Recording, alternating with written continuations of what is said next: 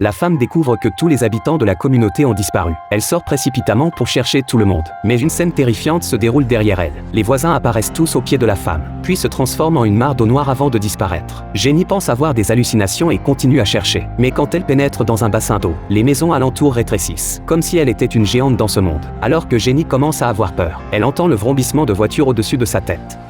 Heureusement, ce n'était qu'un rêve. Mais ce phénomène étrange ne s'est pas produit qu'une seule fois. Il y a quelques jours, Jenny est entrée par hasard dans l'atelier de son mari. Elle découvre une maquette de petite ville, avec divers personnages dans la maquette. Les bâtiments de la maquette sont exactement identiques à ceux de leur petite ville. Au début, Jenny pensait que c'était le passe-temps de son mari. Elle comptait y jeter un coup d'œil rapide avant d'aller se coucher. Mais quand son regard suit la maquette vers la boîte en métal au fond, elle ressent quelque chose d'inquiétant. Quel objet nécessite d'être rangé avec tant de précaution ?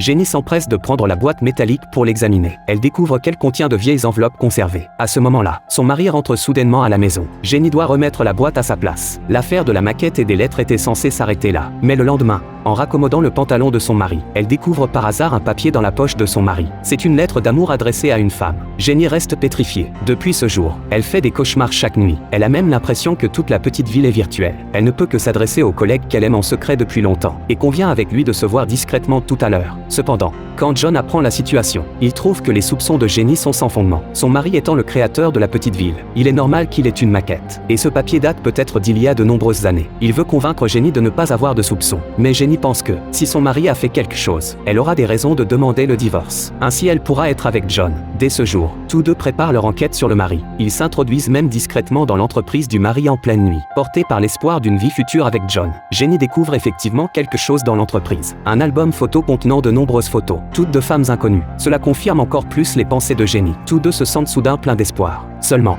demander le divorce nécessite des preuves plus solides. Alors que Jenny réfléchit à ce qu'elle doit faire, son mari propose soudainement de partir en voyage d'affaires pour un certain temps. Il dit que le trajet est long et qu'il devra séjourner à l'hôtel. Jenny est aux anges. Elle prévient rapidement John pour organiser leur action. Selon le plan de Jenny, pendant que son mari séjourne à l'hôtel, John doit d'abord faire semblant de rencontrer le mari par hasard, le retenir intentionnellement. Pendant que Jenny cherche des preuves à l'hôtel, les faits ne la déçoivent pas. Après ses recherches, elle découvre une paire de menottes. Jenny prend rapidement des photos comme preuve et remet tout en place. Manifestement, le mari a apporté ses accessoires en voyage d'affaires. Son but est probablement de retrouver des femmes à l'extérieur.